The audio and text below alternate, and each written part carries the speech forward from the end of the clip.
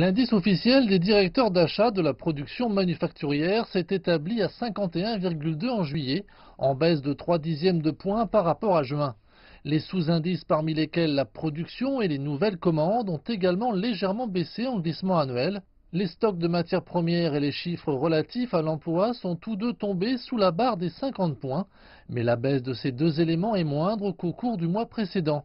Malgré une performance quelque peu morose de la part du secteur manufacturier en juillet, les experts restent optimistes quant à la performance manufacturière de la Chine depuis le début de l'année.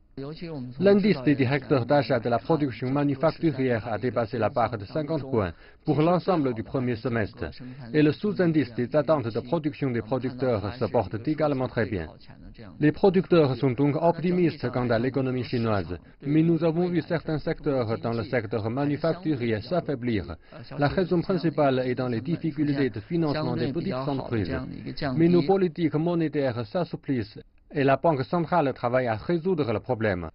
Les responsables du Bureau des statistiques mettent en cause le ralentissement dû aux mauvaises conditions météorologiques, la montée des tensions commerciales ainsi qu'une période creuse dans certains secteurs. Pour le moment, les analystes privés restent optimistes. L'indice des directeurs d'achat continuera de croître au second semestre de cette année en raison de températures moins élevées. La performance de croissance de l'indice des directeurs d'achat reste stable malgré quelques fluctuations et devrait augmenter légèrement après l'été. Cependant, il existe certaines incertitudes sur le marché. Nous attendons de voir si les tensions commerciales sino-américaines affecteront la demande du marché étranger. Par ailleurs, ce mois-ci, le secteur des services en Chine a enregistré sa croissance la plus lente en près d'un an, en baisse d'1 point par rapport à juin.